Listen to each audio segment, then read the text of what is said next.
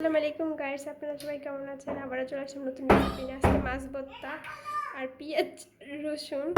দেখেন, এখন আমি পেঁয়াজ দিলাম।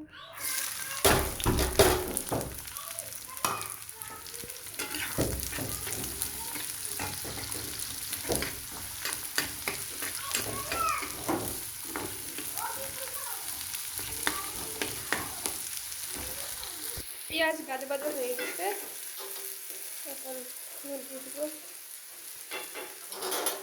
দিয়ে ভালো করে নেড়ে দিতে হবে। এখন বাসা মাছটা দিয়ে দিব,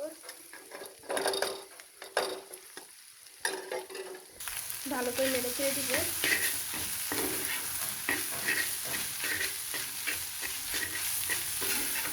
এটা হচ্ছে লাড্ডি মাছ ভর্তা। আমি লাড্ডি মাছটা ভালো করে দিয়ে সিদ্ধ করে নিয়েছিলাম একটু লবণ আর চিংড়ি দিয়ে। এখন পেঁয়াজ আর রসুনটা বেজে তারপরে দিয়ে দিয়েছি। এখন আমি এটার মধ্যে 7-8টার মতো কাঁচামরিচ অ্যাড করে দিব।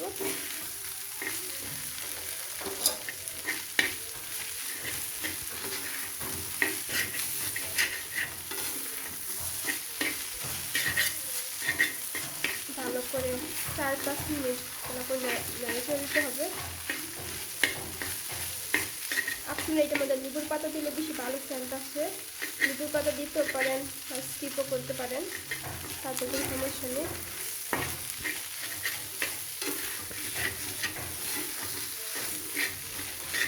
আপনারা বাটা আদা দিতে পারেন বা বাটা আদা একটু পলেও দিতে পারেন, যে যেভাবে ভালো লাগে। আমি এটার মধ্যে একটু বাটা আদা অ্যাড করে দিয়েছি।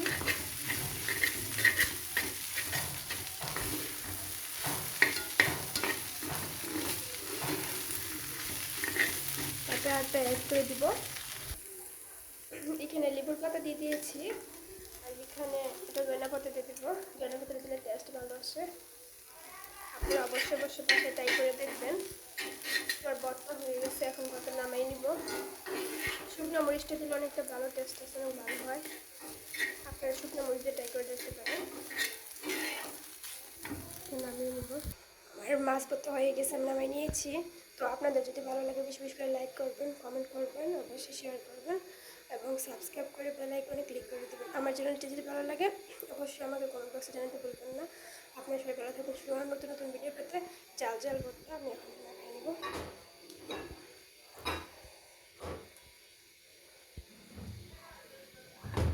খেতে অনেক টেস্টি হয়, আপনারা ট্রাই করে দেখবেন। মাশাআল্লাহ, আলহামদুলিল্লাহ অনেক ভালো হয়েছে। আল্লাহ হাফেজ।